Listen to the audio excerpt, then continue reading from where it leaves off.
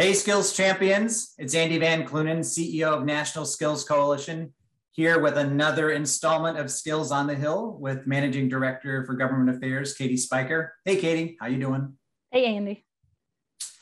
All right. So, Katie, last week we were talking a bit about how clearly folks out in the field are understanding how important it is that we start to weigh in on these issues that are going to be debated starting this week in the House. We mentioned that the House is coming back in session.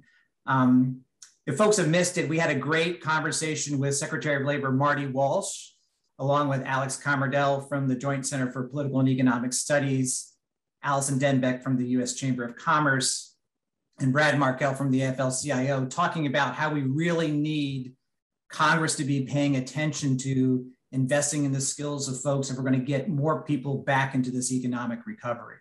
If you didn't see that, you can check it out on nationalskillsfiresidechats.com, nationalskillsfiresidechats.com.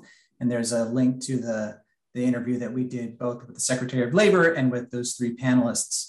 But Katie, I'm curious, since you're spending time up on the Hill with folks, what else are you thinking what else are they hearing from folks outside DC on these issues? I think you're right that people outside of DC are stepping up the advocacy right now in order to make sure that every member of Congress hears about this important issue. So folks have heard us talk last week and a couple times about two sign-on letters that we're circulating. One that's focused on workforce practitioners. That letter is open through the end of today. We'll send that up tomorrow. We're up to almost 800 organizational sign-ons to that letter, which is huge to tell members that these 800 organizations that are community and technical colleges, community organizations, folks that are working with organized labor, workforce boards, adult educators, that they care about these investments and that these investments need to be a critical part of recovery. At the same time, we've got 115 industry associations and businesses signed onto our separate letter.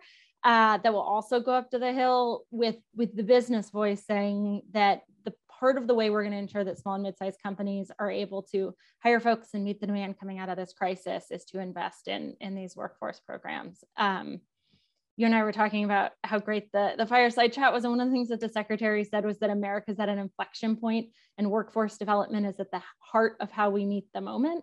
And I think that advocates across the country are really carrying that message now. At a time in which it's more important than ever for them to do so. Yeah, that's really good news. So let's talk about the moment that is this week. So the House has been back in session and now starts the process of figuring out how much of the $3.5 trillion that the Senate identified under that reconciliation bill, how much of that is actually going to get dedicated to training folks for good jobs in this economic recovery. So could you talk us through a little bit about what they started to do this week in the House and what the timeline is between here and September for when those decisions are going to get made? Sure. So the House is back. They passed the procedural step this week that enables them to really be working in earnest on that reconciliation bill.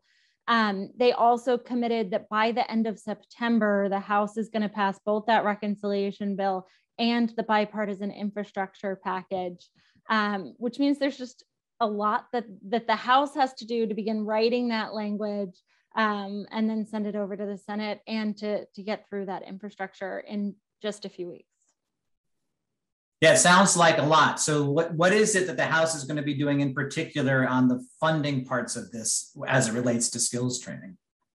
So the Education and Labor Committee, where most of the investments that are going to impact workforce development and career and technical education sit, they're working on the language that'll be part of that final reconciliation bill right now. Because reconciliation, the benefit of reconciliation to Democrats right now, or to the party in the majority when Republicans have used it as a vehicle, is that they only need 50 votes in the Senate in order to pass something instead of 60.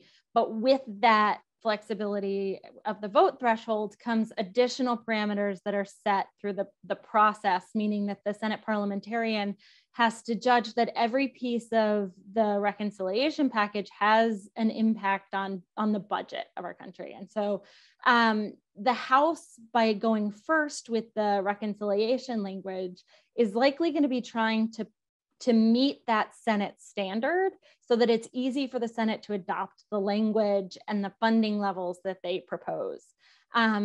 But it's still a conversation that's happening between the two chambers right now. There's disagreements about what are the funding levels and where should the programs be funded. For skills in particular, there's a couple pieces of legislation that'll likely serve as the foundation for that language. So folks in our network will know that we've talked for a while about the Relaunching America's Workforce Act, which would dedicate a lot of the investments to the existing system, ensuring that workforce career and technical adult education programs have that existing funding.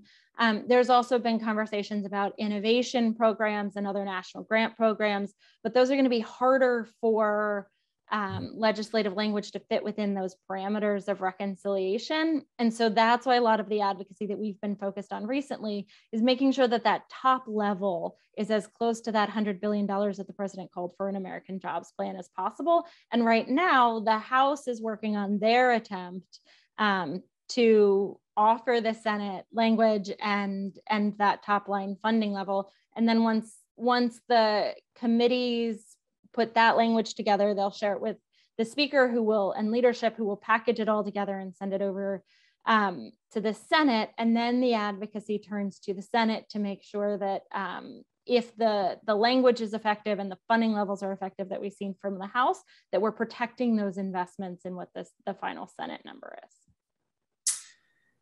Yeah, that's a lot. All right, so timeline, and folks may have seen in the press, like there's going to be a vote on this in the House September 27th, but the window for these decisions being made in terms of what the investments in workforce training are going to be, that's going to be a lot shorter than that. So basically, how much time, what's the window of advocacy that we have here, and what is it that you're asking folks to do for those next couple of weeks? So the first thing that folks can do is sign on to the advocacy letters. If you're an industry association or business, onto the business letter, everyone else to sign on to the letter calling for $100 billion investments. Those will send up, like I said, tomorrow, but we'll keep those links open so people can sign on to them so that we can send an even more robust list of support at every one of those inflection points. The first of which is that we'll probably see proposals coming out of the House in the next week and a half, because each committee will have to meet to redline and mark up their allocation and language, and that's got to happen by mid-September.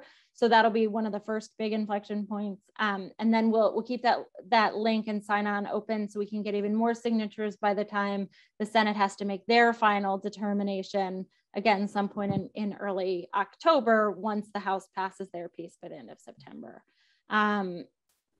Another thing to note too is that we're taking a break from Skills on the Hill next week. So folks will get more information from us the following week about what kind of advocacy can be the most effective given what we find out from the House over the next couple of weeks. Okay, so again, folks watching this, if your organization is not signed on to one of those two letters that Katie mentioned, there'll be links to them in the notice that went out for today's Skills on the Hill. Make sure you get those names on if you can before close of business today. They'll still be open, but we want to try to get a good first raft of those organizations named up there by the end of this week.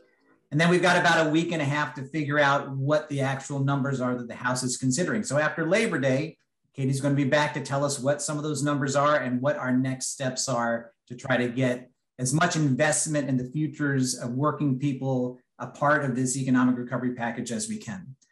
So Katie, have a good week off next week. And everybody, please sign those letters, and we'll see you back here in a couple of weeks. Thanks, Katie. Thanks, Andy.